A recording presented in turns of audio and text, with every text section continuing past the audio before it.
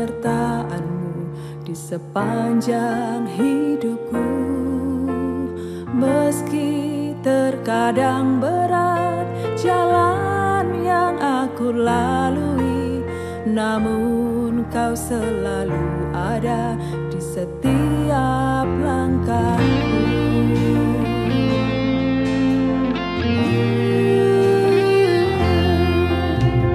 Bukan pegang selalu janji-Mu kepadaku, dengan iman yang telah Kau tanam di hatiku.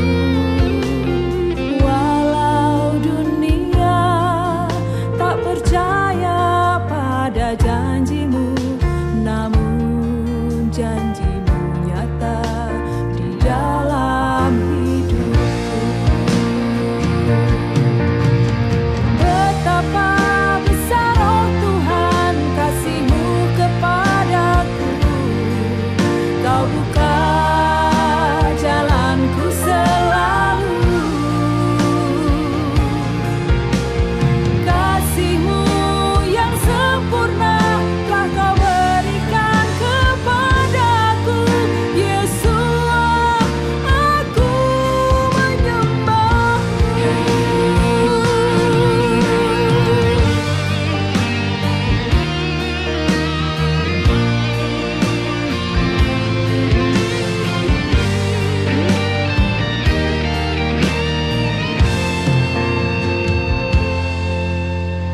Tak pernah sekalipun Engkau ingkari janji-Mu. Ya dan amin, Kau genapi firman-Mu. Biar tak terselami oleh pikiranku, Tuhan, semua yang telah Kau beri padaku melampaui segala akalku.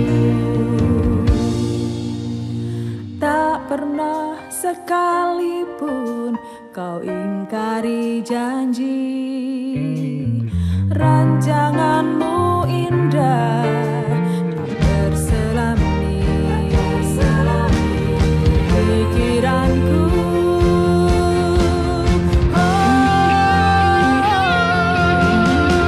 Betapa besar, oh Tuhan, kasih-Mu kepadaku.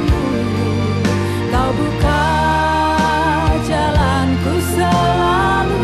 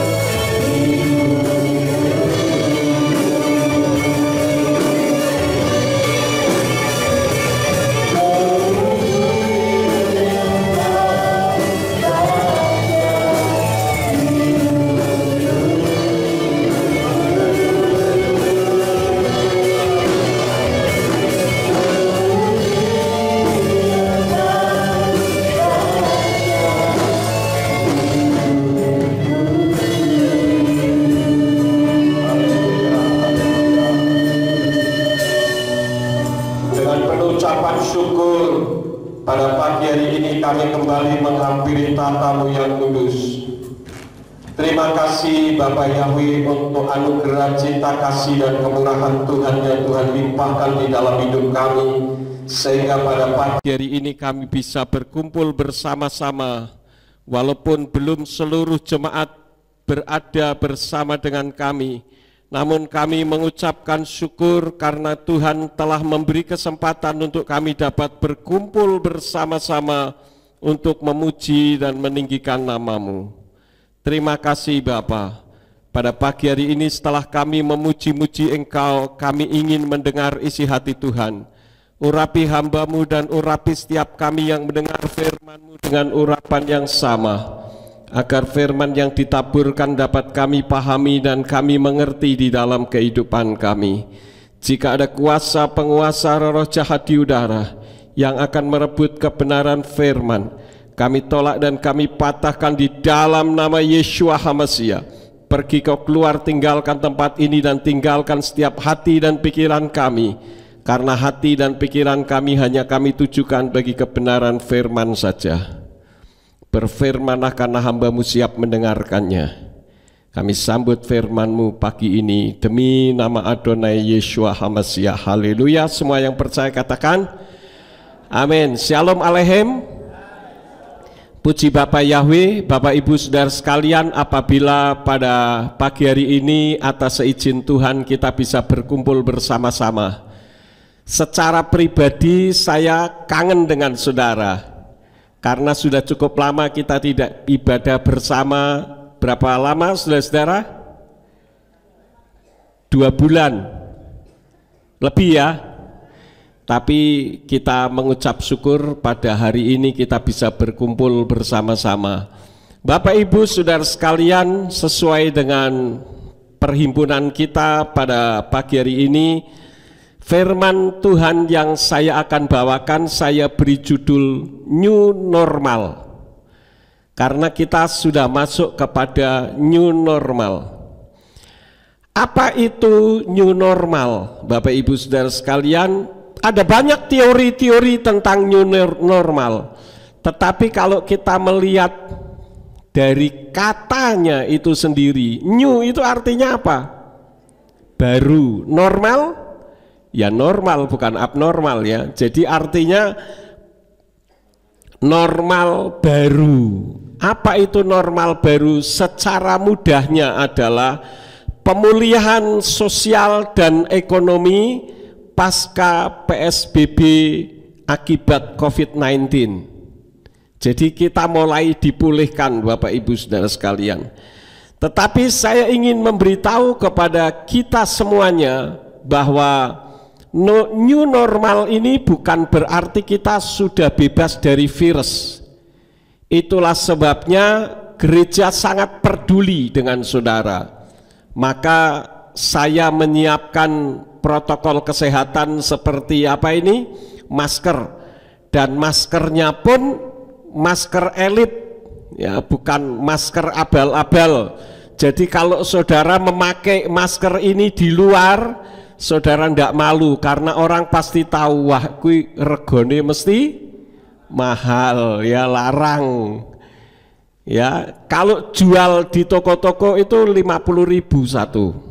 Tetapi gereja dari berkat-berkat melalui saudara kita berikan kepada saudara gratis.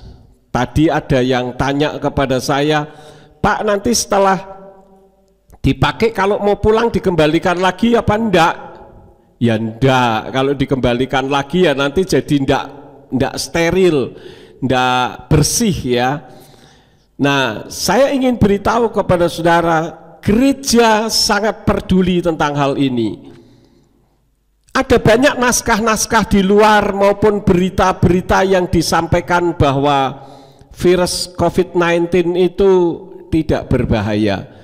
Kita tidak usah mikir terlalu jauh. Sekarang kita lihat saja kenyataannya. Banyak dokter dan perawat yang mati ya. Itu menunjukkan bahwa virus tersebut sangat berbahaya. Jadi kami peduli, saya sangat mengasihi saudara. Saya tidak ingin saudara sakit, saya ingin saudara semua sehat. Karena saudara adalah bagian dari hidup saya, saudara adalah bagian dari keluarga saya. Itulah sebabnya maka saya sangat peduli. Nanti kalau saudara melihat videonya, ini saya video ya, nanti kalau sudah selesai, nanti saudara bisa melihat bagaimana nempelin ini pun saya tempel sendiri saudara-saudara. Karena kalau enggak bisa masangnya pating peletot, karena ini lemnya sangat kuat sehingga sekali nempel tidak bisa dikelotok lagi, jadi harus benar ya. Dan jangan dikelotok, kalau dikelotok berarti rusak. Paham saudara-saudara? Dan saya mengharap saudara bangga kalau pakai ini di luar, karena orang akan lihat saudara dari Gereja Pemulihan Firman Surya Kebenaran dengan masker yang paling baik ya. Ada masker pakai akrilik tetapi tipis. Kalau ini kan akrilik yang biasa dipakai untuk helm saudara-saudara ya. Itu karena kami peduli dengan saudara. Jadi sekali lagi jangan saudara anggap enteng COVID-19. Ini ada konspirasi ke arah The Illuminati, sebagaimana kita pelajari bersama-sama bahwa kita ini akan menuju kepada zaman antikris, satu penguasa dunia. Nah, saudara tahu enggak siapa yang terlibat di dalamnya tentang kasus COVID-19 ini? Beberapa tahun yang lalu, tepatnya tahun 97 kalau tidak salah, itu pernah terjadi krisis ekonomi Asia. Siapa penyebabnya saudara-saudara? Ada seseorang namanya siapa? George Soros ya. Kita akan lihat sebentar videonya, tolong bisa dimatikan apa ini backgroundnya ya, hanya beberapa detik saja. In the last 2 years, you've been blamed for financial sayangnya collapse tidak in kelihatan Thailand, Malaysia, Indonesia, tulisannya di bawah, Japan, tapi nanti saudara all of the melihat dari video saya. Are you that powerful? No, I think there's a great misunderstanding. The Prime Minister of Malaysia said that the region spent 40 years trying to build up its economy, and along comes a moron Nah, ini George like Soros, Soros saudara-saudara, with a lot of money, and it's all over. He called you a criminal. I think that I've been blamed for everything. I am basically there to make money. I cannot and do not look at the social consequences of what I do. So I had no role in taking away that property. So I had no sense of guilt. Are you religious? No. Do you believe in God? No. ya. Oke. Dalam wawancara tadi saudara-saudara, pewawancaranya mengatakan bahwa Perdana Menteri Mahathir Mohamad mengatakan Anda itu penjahat, kriminal, penghancur ekonomi dunia. Dia bilang apa? Saya tidak merasa bersalah. Saya dilahirkan, saya ada untuk menghimpun uang sebanyak-banyaknya. Kemudian ditanya, apakah saudara religius? Artinya punya kehidupan rohani? Dia jawab, no. Apakah saudara percaya adanya Tuhan? Dia jawab, no. Tidak. Saudara tahu siapakah George Soros itu? Dia adalah orang Yahudi, tetapi ateis. Dan inilah yang menghancurkan ekonomi di dunia. Beberapa waktu yang lalu sudah ada tantangan. Saya punya vaksinnya dan saya tidak akan memberikan kalau tidak taat kepada perintah saya. Itulah yang disebut dengan The Illuminati, yang sering dianggap orang yang disebut one world order, satu perintah dunia. Dan itulah yang nantinya akan menjadi penguasa dunia. di bidang agama, di bidang kemiliteran, dan di bidang ekonomi. 3 ini akan dikuasai. Jadi kesimpulannya bahwa saudara dan saya hidup sekarang ini adalah kita hidup pada zaman mendekati antikris berkuasa di atas muka bumi ini. Di dalam bahasa Ibrani-nya disebut Soten Hamasia. Karena itu kita harus hati-hati saudara-saudara. Jangan saudara pikir dengan adanya new normal berarti kita sudah bebas segala-galanya. Jangan mau dibohongi. Saudara percaya kepada saya, karena saya mengajarkan apa yang benar. Saya melihat naskah-naskah, ya. Jadi Bapak Ibu Saudara sekalian, artinya virus itu masih ada di tengah-tengah kita atau tidak? Masih, ya. No normal itu bukan berarti segala-galanya sudah beres. Tidak, saudara-saudara. Virus itu masih ada di tengah-tengah kita. Apakah virus itu? Virus itu bukan bakteri. Kalau bakteri itu makhluk hidup. Kalau virus itu benda mati yang diciptakan oleh ahli-ahli. COVID-19 itu benda mati yang berlapis lemak yang dapat mengembang secara otomatis dan sangat banyak ketika kena air atau lendir yang dapat merusak kerja paru-paru. Tetapi saya hanya ingin memberitahu kepada saudara, dalam posisi new normal, satu hal, kita jangan mencobai Tuhan. Saya mengharap kalau saudara pergi ke pasar, saudara pergi kemana, pakai masker. Saudara jangan main-main dengan COVID-19. Ya, seluruh dunia banyak yang mengalami kematian. Ketika beberapa waktu yang lalu saya layat meninggalnya mamanya Pak Alam Atmaja, Olam Ben David, yang pada saat acara Sukot menyampaikan firman di sini, mamanya kan meninggal. Saya pergi ke Solo, kakak perempuannya tidak bisa hadir. Kenapa? Karena samping rumahnya hanya beda tembok, itu seluruh keluarga, suami, istri, anak mati semua karena COVID. Tetapi bukan berarti kita takut menghadapi COVID. Virus boleh merajalela di mana-mana. Yang penting kita mempersiapkan diri kita untuk supaya virus itu jangan kena di dalam kehidupan kita. Artinya kita tidak mencobai Tuhan. Jangan saudara berpikir saya mengenal Bapak Yahweh, virus tidak berani kepada saya. Itu iman kebablasan, saudara-saudara.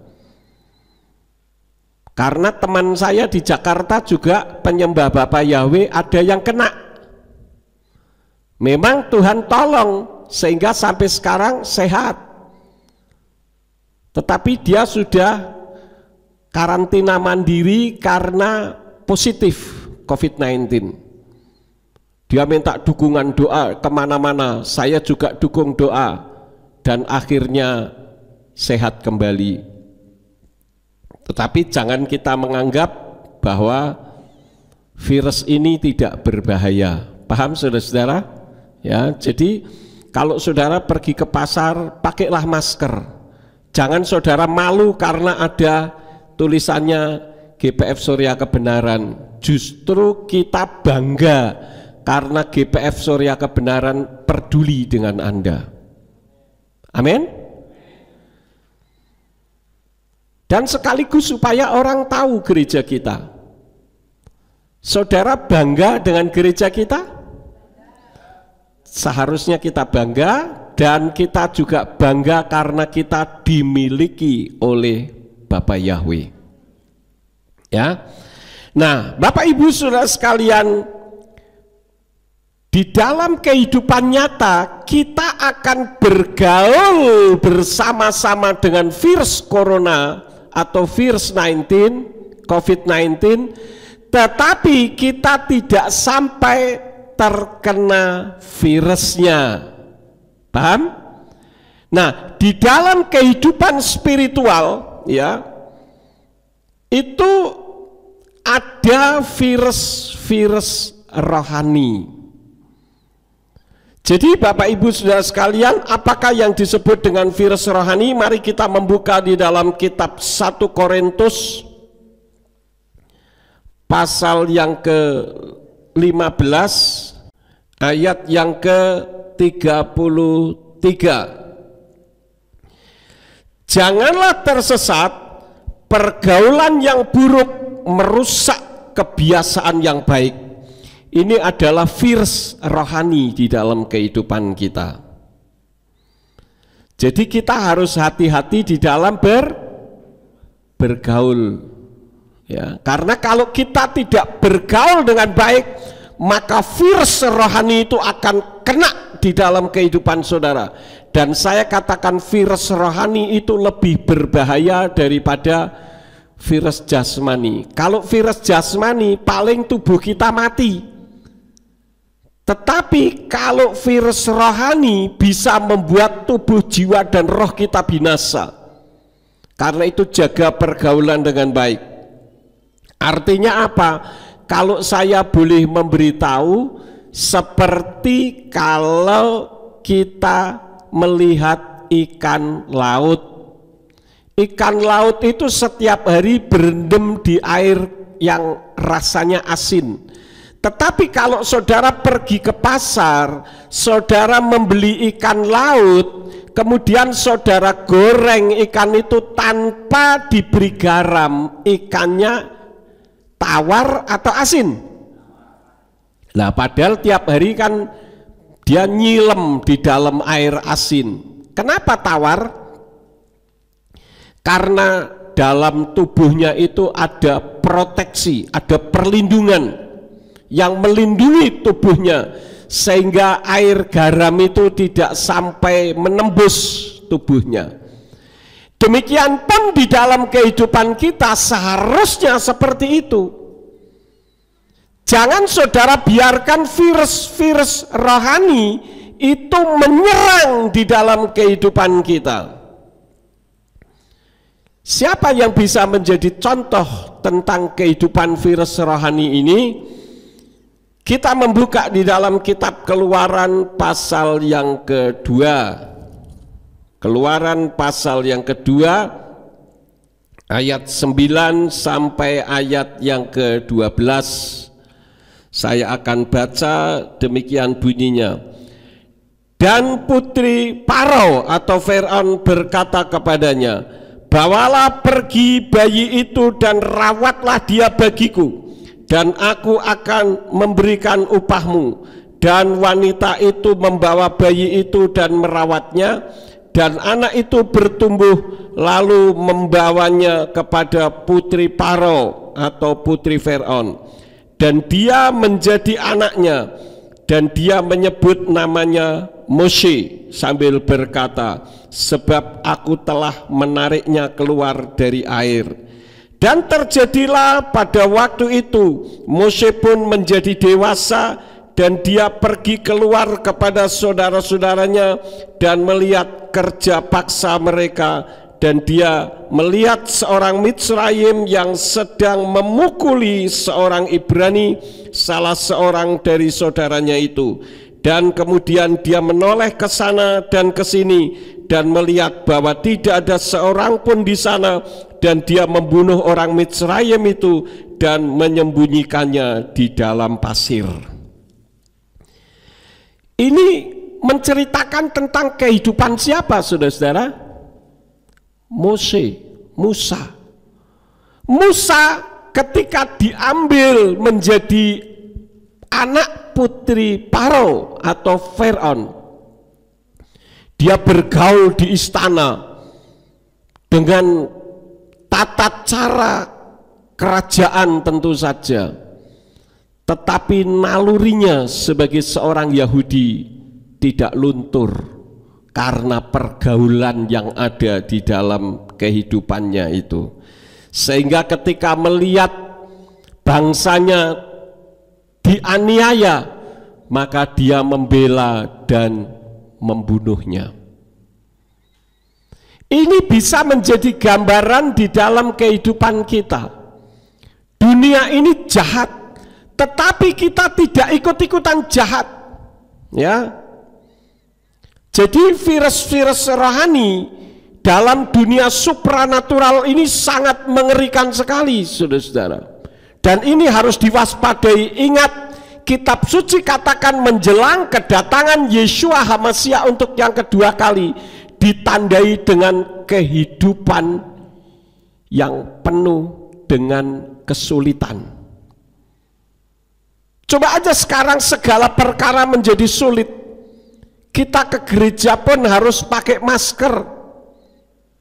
Mau tidak mau, supaya kita terbebas dari virus yang sangat mengerikan itu.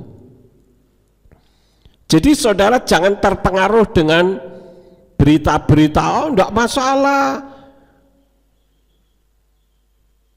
Ada kelompok-kelompok tertentu ketika pemerintah kita mencanangkan PSBB, mereka marah, orang kok dibatasi tinggal di rumah.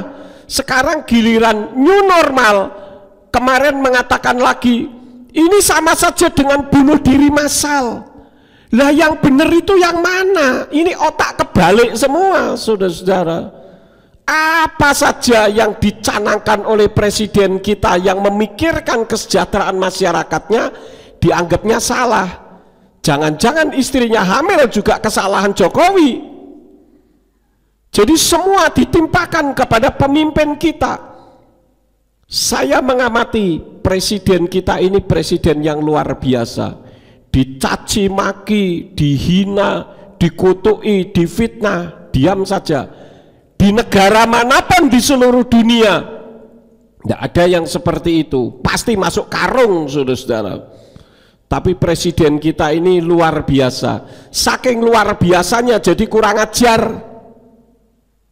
Masyarakat-masyarakat tertentu yang sudah tidak bisa lagi korupsi, yang sudah tidak lagi bisa menjarah harta masyarakat, harta kekayaan negara kita. Bayangkan saja, Pertamina bertahun-tahun rugi terus. Baru kemarin dipegang Ahok sudah bisa menghasilkan sekian triliun rupiah. Lalu selama ini kemana? Padahal penghasilan satu hari itu 250 miliar. Satu hari, bukan satu tahun. Satu hari 250 miliar. Itu semua larinya kemana? Ke kantong-kantong pribadi. Maka saya bersyukur dengan doa-doa kita, Presiden Jokowi mengangkat Erick Thohir yang berjuang bagi masyarakat kita. Dengan doa-doa saudara untuk negara kita, maka orang-orang jahat yang berusaha untuk menguasai negara kita tidak akan mampu terjadi. Itulah virus-virus duniawi, virus negara kita yang berusaha untuk menggerogoti dan menghancurkan negara kita. Mau tidak mau saya ajari saudara untuk sedikit mengerti tentang politik, walaupun kita tidak berpolitik. Paham saudara-saudara? Kita tidak berpolitik. Saya ini sudah ditawari oleh dua partai untuk ikut bergabung, tapi saya enggak mau. Saya dukung doa iya, tapi kalau saya bergabung nanti gereja jadi terpecah belah. Yang pasti apapun partainya yang membela masyarakat saya akan dukung. Jadi kita jangan lihat partainya, tapi lihat bagaimana sepak terjang, itu yang patut kita dukung. Paham saudara-saudara?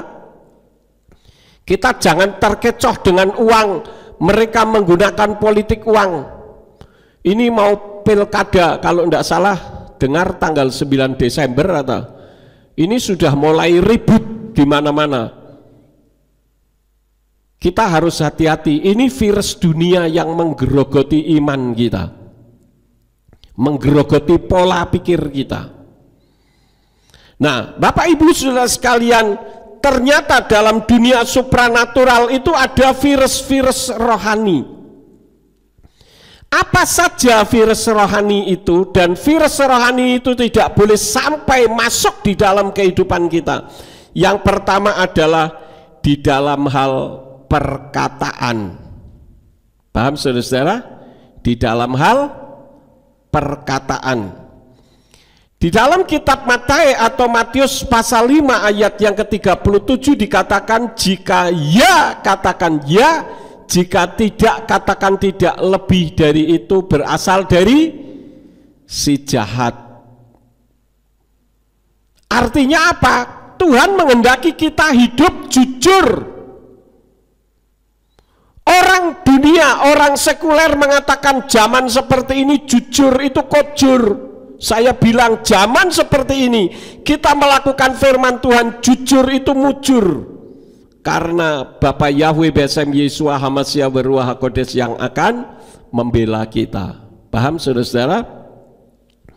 Kemudian di dalam Efesus pasal yang keempat, coba kita melihat bersama-sama Efesus pasal yang keempat ayat yang ke-29. Ini kan saya pakai ini kan agak kesulitan sedikit karena mata saya tidak bisa lihat jauh, tapi tidak masalah demi untuk kesehatannya. Efesus 4 ayat yang ke-29 dikatakan, jangan biarkan setiap perkataan yang sia-sia keluar dari mulutmu, sebaliknya apa yang sekiranya baik untuk kebangunan apa yang perlu, agar hal itu dapat memberi anugerah bagi mereka yang mendengarnya.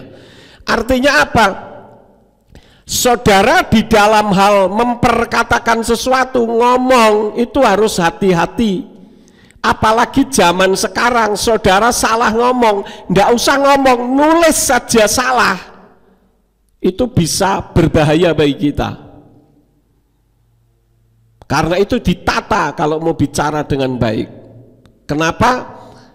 Yang lebih penting di hadapan Tuhan adalah kita membaca di dalam kitab Matius pasal yang ke-12, Matius atau Matius pasal yang ke-12 ayat yang ke-36. Di sana dikatakan, namun aku berkata kepadamu bahwa setiap perkataan sia-sia yang sekiranya orang-orang akan membicarakannya, tentang perkataan itu mereka harus mempertanggungjawabkannya pada hari penghakiman. Jadi semua ucapan yang keluar dari mulut kita itu akan dihakimi oleh Tuhan. Karena itu hati-hati. Tapi bukan berarti setelah saudara mendengarkan firman ini lalu saudara jadi pada bisu semuanya, tidak berani ngomong. Boleh ngomong asal kita atur ucapan kita. Paham saudara-saudara? Itu hal yang pertama tentang perkataan, ya. Kalau dulunya ngomongnya asal jeplak, istilah orang Jawa, ya, sekarang jangan asal jeplak, harus dipikir dulu baru ngomong, jangan ngomong dulu baru mikir, ya. Yang kedua, tentang pengendalian emosi. Kita membuka di dalam kitab Matius pasal yang ke-11 ayat yang ke-29. Di sana dikatakan apa? Pikulah kuk atasmu dan belajarlah dariku, sebab aku lemah lembut dan rendah hati, dan kamu akan mendapatkan kelegaan bagi jiwamu. Jadi kalau saudara yang sedikit-sedikit marah, kendalikan emosimu. Paham saudara-saudara? Karena itu virus. Jadi orang yang tukang marah itu virus. Sebaiknya kita menjadi orang yang lemah lembut, orang yang belajar bisa melakukan sesuatu yang baik. melalui ucapan kita. Kita belajar untuk mengendalikan emosi kita. Ya, saya bersyukur, saya mengharap bukan karena faktor usia. Semakin lama pengendalian emosi saya lebih bisa diatur, ya. Dan saya mengharap ini bukan karena faktor usia, tetapi semua kita hidup diatur oleh firman, oleh Roh Kudus. Karena kitab suci katakan di dalam Roma pasal yang ke-8 ayat yang ke-1 dikatakan apa? Oleh karena itu sekarang tidak ada penghukuman lagi bagi mereka yang ada di dalam Hamasya Yeshua, yang tidak hidup menurut daging tetapi menurut roh. Artinya di dalam kita berpikir, di dalam kita berkata-kata harus sesuai dengan bagaimana Roh Kudus mengajar, mengendalikan emosi kita. Ini penting, ya. Itu hal yang kedua. Yang ketiga, virus rohani dalam dunia supranatural kehidupan kita adalah jika kita tidak bisa menghasilkan buah-buah roh. Ini virus, saudara-saudara, yang merusak, menggradasi iman kita. Nah, buah-buah roh itu apa? Kita bisa melihat di dalam kitab Galatia pasal yang ke-5. Ini ayatnya sangat terkenal, saudara-saudara. Ayatnya mulai Galatia pasal 5 mulai ayat yang ke-22 sampai 24 yang demikian bunyinya. Akan tetapi buah roh adalah kasih, sukacita, damai sejahtera, kesabaran, kemurahan, kebaikan, iman, kelemah lembutan, pengendalian diri. Tidak ada hukum yang menentang hal-hal seperti itu. Dan orang-orang milik Hamasya telah menyalibkan daging bersama nafsu dan keinginannya. Jadi kalau saudara ingin melakukan sesuatu yang tidak sesuai dengan firman Elohim, salibkan keinginan itu. Artinya apa? Jangan melakukan, ya. Kemudian yang selanjutnya, yang keempat, virus-virus rohani atau virus dalam dunia supranatural kehidupan kita apa? Pengajaran-pengajaran dari internet tanpa pembimbing. Nampaknya benar, ya, tetapi sebetulnya itu keliru. Saya menyampaikan banyak hal di internet. Saya bangga kepada saudara sejujurnya. Kenapa? Karena walaupun saya setiap kali mengajar tentang nama Yahweh, saudara tidak komplain. Kalau saudara mempelajari dengan baik, saya tidak semata-mata bicara soal nama, tetapi ada hal-hal ilmu teologi yang saudara bisa dapati di situ. Saudara bisa mendapatkan ini? Halo? Bisa, ya? Dan ternyata, ingat, kemarin saya sempat bincang-bincang dengan Pak Peter Purnomo. Beliau katakan bahwa kita ini ada di kapal perang. Betul sekali. Karena kita ada di kapal perang itu, maka kita harus siap berperang, bukan kapal pesiar. Kalau kapal pesiar itu semua yang ada di dalamnya ingin menikmati kehidupan. Saya diperintahkan Tuhan, keberadaan gereja pemulihan firman ini bisa ada karena untuk memulihkan nama Yahweh. Sudah ada orang kaya yang mengatakan kepada saya, Pak Yakub, bisa enggak kalau menyampaikan firman jangan bicara soal nama Yahweh? Saya bilang ya bisa saja, berarti GPF bubar. Karena GPF ini berdiri karena nama.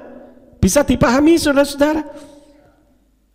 Kalau saudara yang mengikuti saya sejak zaman VOC dulu, ya istilah saya, maka saudara akan tahu bagaimana saya berjuang karena saya membawa keluarga supaya keluarga saya jangan binasa, karena kita tidak berbicara hanya sekedar nama, tetapi ini juga menyangkut tentang keselamatan. maka saya tidak pernah bosan dan tidak pernah jemu-jemunya untuk memberitakan tentang nama. Dan ternyata itu ada hasilnya. Terakhir ada anak muda namanya Pak Wiko bersama dengan istrinya namanya Tia dari Sydney. Dia telepon saya, kalau sudah telepon itu cukup lama.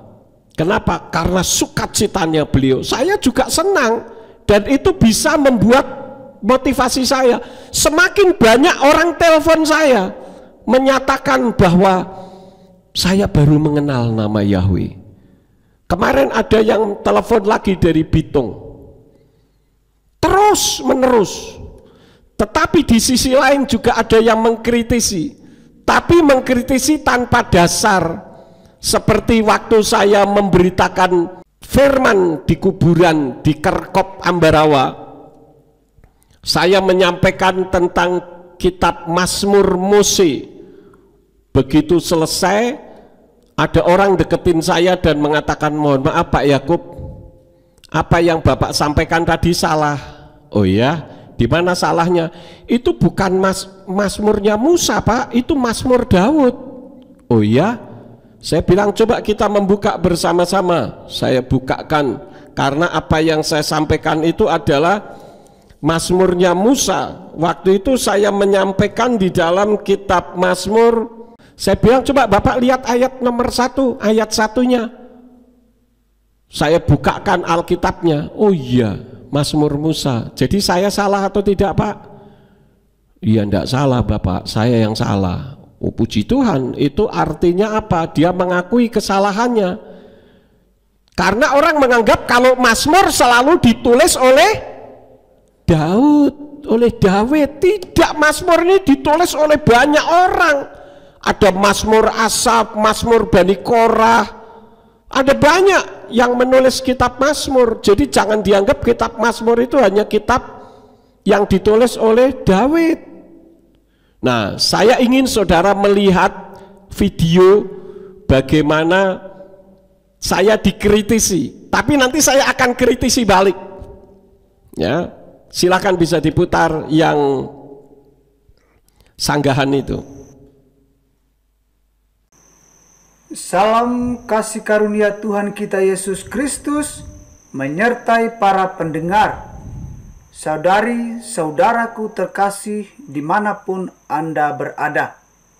Memperdebatkan iman dan mempertahankan pendapat kelompok tertentu yang paling benar atau kebenarannya sendiri ditempatkan bagi orang lain adalah suatu kebodohan besar. Dan itulah kesia-siaan. Itu juga pekerjaan setan. Selanjutnya kita akan mendengarkan bersama beberapa sanggahan, beberapa kebenaran yang diungkapkan oleh Dr. Yakub Sulistyo. Pandangan pertama. Dr. Yakub Sulistyo memiliki pandangan yang berbeda dengan ajaran kekristenan di Indonesia. Misalnya, mengenai pandangan teologi Trinitas, Kristologi, dan lain sebagainya. Ia mempertahankan dan memaksa nama suci Yahweh dan Yeshua adalah yang paling benar. Sedangkan di luar daripada itu, seperti sebutan Allah yang dipakai orang Kristen adalah salah. Ia menegaskan bahwa orang Kristen menyembah pada siluman karena tidak sesuai dengan firman. Poin kedua, dalam Matius pasal 1 ayat 21. Di sana tertulis perkataan malaikat. Selanjutnya, Dr. Yakub menegaskan, Yesus itu juru selamat manusia. Jikalau Yesus manusia, maka Yesus tidak bisa menyelamatkan manusia. Yesus bukan manusia. Ia hanya wujud manusia saja. Poin ketiga. Setelah Yesus lahir, Maria dan Yusuf bersetubuh sebagaimana layak suami istri dan melahirkan Yakub, Yoses, Simon, dan Yehuda. Poin keempat. Pada video lain juga Dr. Yakub Sulistyo dengan logika manusianya mempersoalkan iman kekristenan. Beliau mengatakan bahwa sebutan Allah dalam kekristenan di Indonesia itu milik umat Islam. Karena itu orang Kristen harus mengembalikan sebutan Allah itu kepada umat Islam, karena itu sesembahan umat Islam. Orang Kristen harus kembali menggunakan nama Yahweh.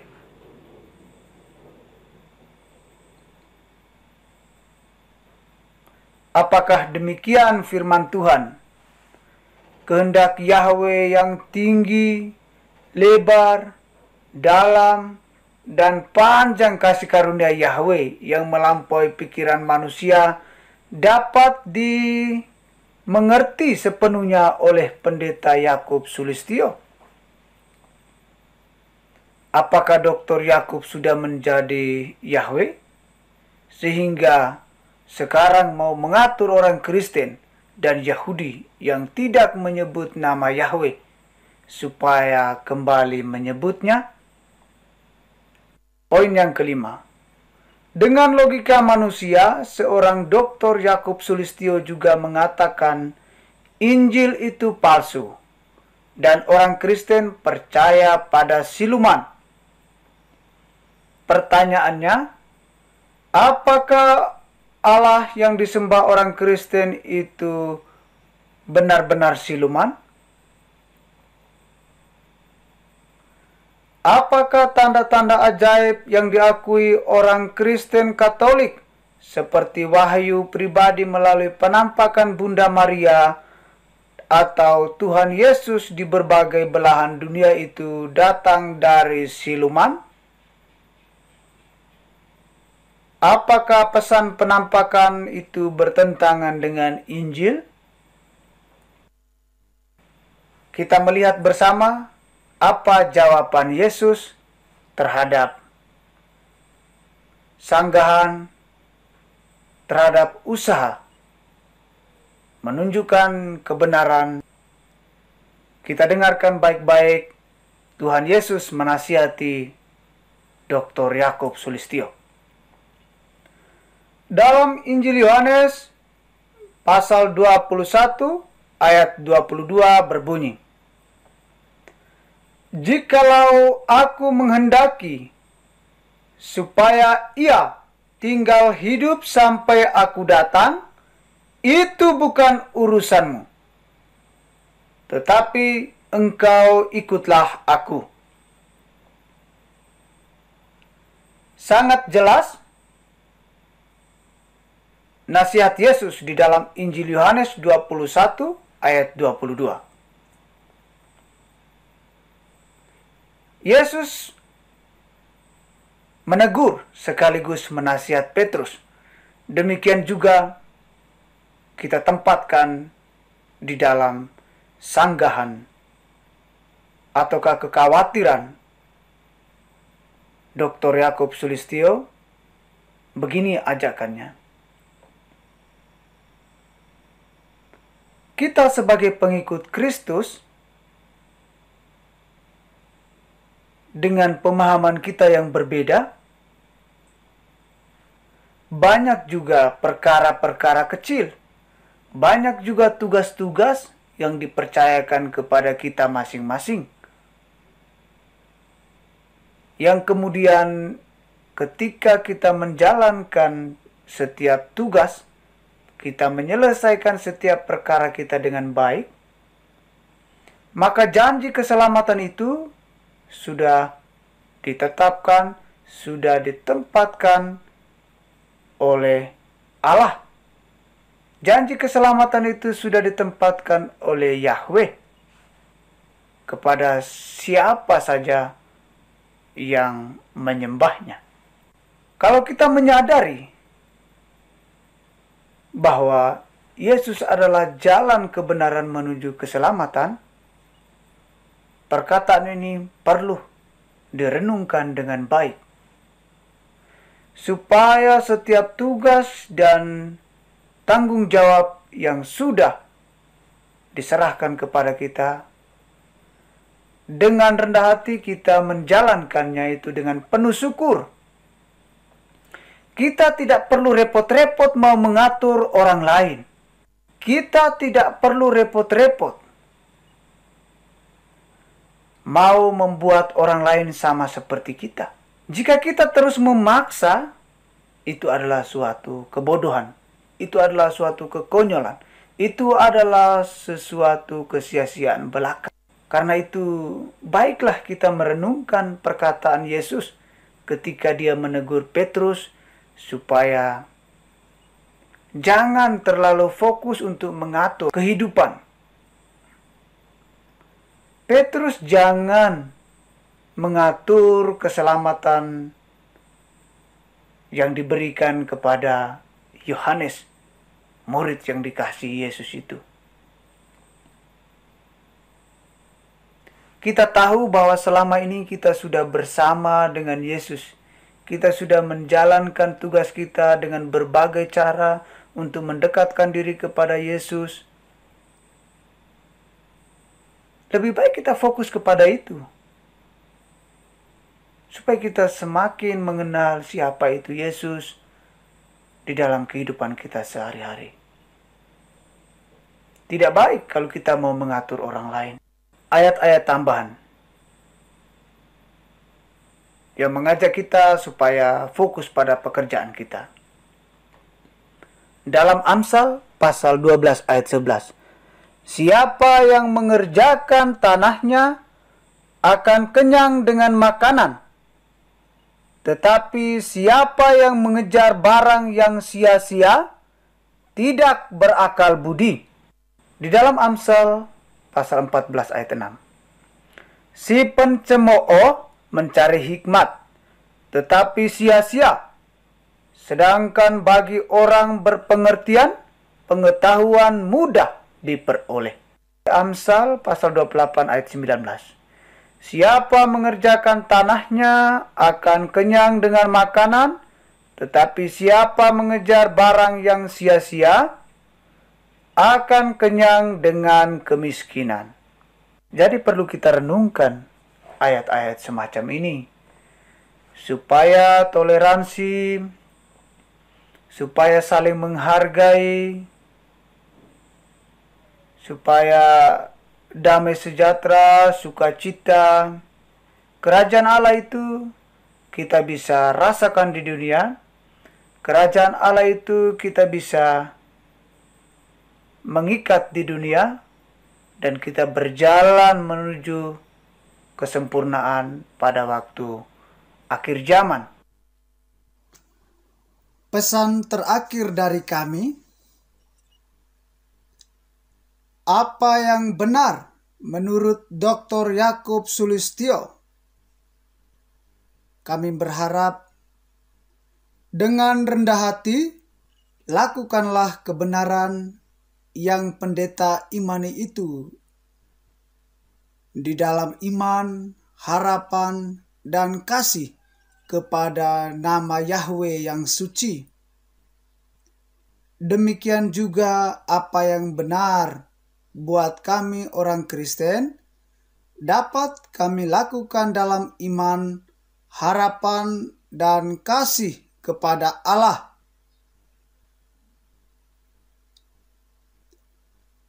Supaya bukan nama kita yang dimuliakan, tetapi nama Yahweh yang pendeta Yakub muliakan. Dan nama Allah dapat orang Kristen muliakan. Dengan cara ini, kita memaknai perbedaan adalah kekayaan yang perlu kita lestarikan dalam keberagaman.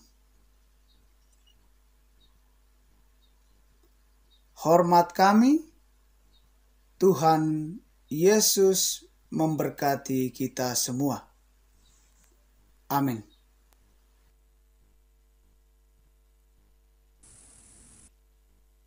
Saudara, kalau menurut orang yang tidak memahami firman, sepertinya apa yang dibicarakan itu baik, benar, ya kan? Tetapi sebetulnya ada banyak kesalahan. Dia mengidentifikasi dan menganalisa firman yang saya sampaikan saja salah. Di situ dikatakan saya menyebut Tuhan itu siluman. Tuhan itu bukan siluman, tapi seperti siluman. Kenapa bisa seperti siluman? Karena namanya ganti-ganti, wujudnya jadi berubah-ubah. Itu maksudnya. Bukan saya mengatakan Tuhan itu siluman, seperti siluman. Bisa dipahami saudara-saudara. Kemudian menurut saudara yang menyanggah tadi dari siapa? Dari agama apa kira-kira? Katolik. Nah, sekarang saya akan menunjukkan beberapa kitab. Coba tolong kitab yang bahasa Indonesia yang edisi Pastoral Katolik. Nah, itu kan ada kitab suci Komunitas Kristiani edisi Pastoral Katolik. Ini isi luarnya, sekarang isi dalamnya. Coba kita lihat isi dalamnya. Ini ada uskup juga yang ini. Kemudian di situ itu ada aku ini Yahweh itu namaku. Kemudian ada banyak nama Yahweh di situ. Oke, cukup. Apakah edisi Pastoral Katolik ini salah? Sayangnya kitab ini dipinjam orang waktu untuk menuntut LAI, pinjam dari saya, tidak dikembalikan. Saya pernah nagih muter-muter karena memang kitabnya sulit. Saya ini punya kitab-kitab yang sulit. Sekarang kalau tadi kitab suci edisi Pastoral Katolik berbahasa Indonesia. Sekarang ini adalah Christian Community Bible Catholic Pastoral Edition. Ini adalah kitab sucinya punya Katolik yang berbahasa Inggris yang dipakai oleh orang Filipina. Ribuan nama Yahweh di sini dan tidak ada nama Allah. Apakah salah?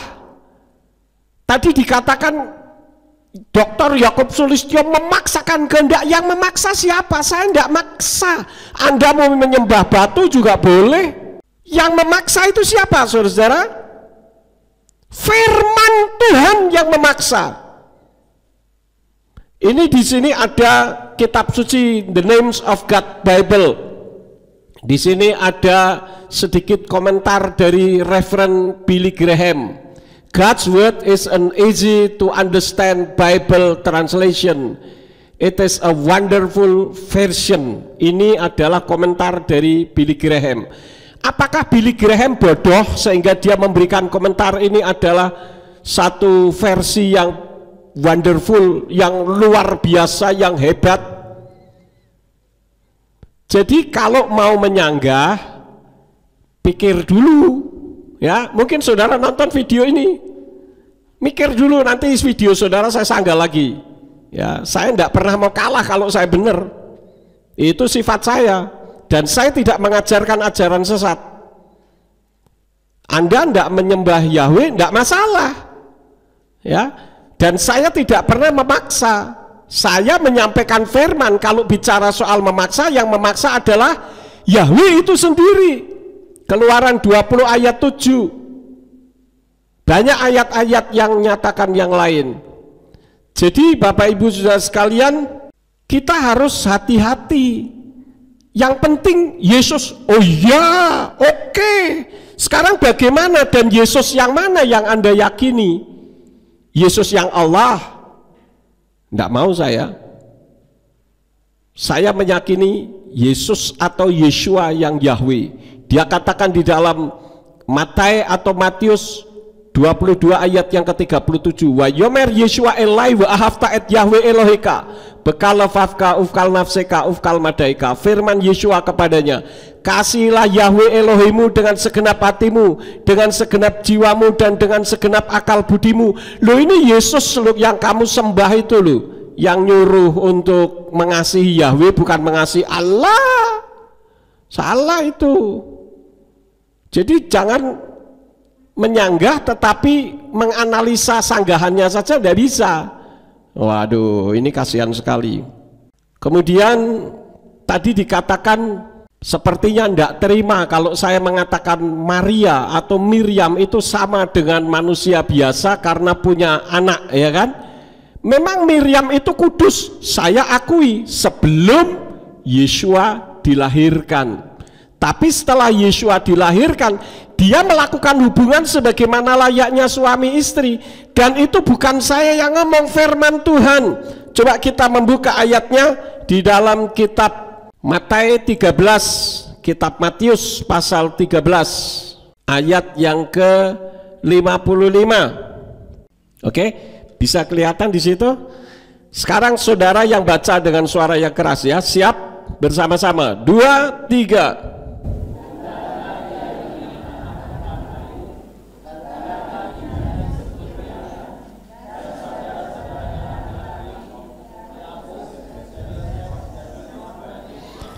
Jadi apa yang saya sampaikan benar atau salah? Benar atau salah? Benar. Nah, kalau orang sudah melakukan hubungan seksual sebagaimana layaknya suami istri, ya itu artinya seperti manusia biasa. Kalau Yeshua itu manusia, sekarang saya mau tanya, manusia mana yang ada di dalam kitab suci yang bisa menyelamatkan manusia yang lain? Satu saja, tolong tunjukkan yang bisa menyelamatkan. Tidak ada. Jadi kalau ada sanggahan-sanggahan seperti ini, saya seneng. Artinya apa? Video saya didengar oleh orang, ya. Tapi yang jelas, saya bukan merasa paling benar. Saya mengajarkan yang paling benar, bukan merasa paling benar. Saya mengajarkan yang paling benar karena apa yang saya ajarkan dari kitab suci. Ya, oke. Sekarang bagaimana agar tidak kena virus rohani? Yang pertama, kita harus seperti Hanok atau Henok. Kita membuka bersama-sama di dalam kitab Kejadian pasal yang kelima ayat yang ke-24. Di sana dikatakan di dalam Indonesian Literal Translation, dan Henok atau Kanok hidup bergaul dengan Elohim, kemudian dia tidak ada lagi karena Elohim telah mengangkatnya. Apa sih yang dimaksud dengan bergaul dengan Elohim? Di dalam kitab bahasa Inggris ditulis walk with God, berjalan bersama Elohim. Enoch walked with Elohim and he was not found, for Elohim took him. Jadi Henok berjalan bersama Elohim, artinya dia melakukan segala aktivitas, apa yang diucapkan, apa yang didengar, apa yang dipikirkan, semuanya itu sesuai dengan apa yang menjadi keinginan dari Elohim. Akibatnya Henok diambil. Ya, dia satu-satunya orang yang tidak mati, tetapi dia diangkat, sama seperti Elia. Di dalam kitab bahasa Ibrani di sana ditulis Wayit Halek Hanok et ha Elohim. Jadi melakukan semua aktivitasnya itu tidak ada yang menyimpang terhadap Yahweh. Ini luar biasa sekali, saudara-saudara. Jadi kita harus bergaul dengan Elohim supaya virus-virus rohani dalam dunia supranatural kehidupan kita tidak sampai menggerogoti kita. Yang kedua, bergaul dengan apa yang kita mau. Amsal 20 ayat 19. Coba kita lihat Amsal pasal yang ke-20 ayat 19. Orang yang menyingkapkan rahasia berjalan sebagai seorang penggunjing, maka janganlah engkau bergaul dengan orang yang bocor bibirnya. Bocor bibirnya itu bukan ngiler, tetapi maksudnya begini, saudara-saudara, semua yang akan terjadi di dalam kehidupan saudara itu tergantung dari saudara sendiri. Kalau saudara ingin diurapi Elohim, bergaulah dengan orang-orang yang diurapi Elohim. Kalau saudara ingin berani menyampaikan firman, saudara harus bergaul dengan orang-orang yang berani menyampaikan kebenaran firman. Kalau saudara ingin menjadi orang yang takut Tuhan, artinya tidak melakukan dosa, bergaulah dengan orang-orang yang takut untuk melakukan dosa. Kalau saudara ingin diberkati, bergaulah dengan orang-orang yang diberkati. Kalau tidak, saudara akan jadi pemalas. Kalau orang bergaul dengan orang yang suka ngumpat, maka saudara akan jadi pengumpat. Karena tadi dikatakan di awal firman bahwa pergaulan yang buruk merusakkan kebiasaan yang baik. Kalau saudara ingin sukses kehidupan saudara, maka saudara harus bergaul dengan orang-orang yang sukses kehidupannya. Sukses kehidupannya jangan selalu dipikir dengan materi atau uang.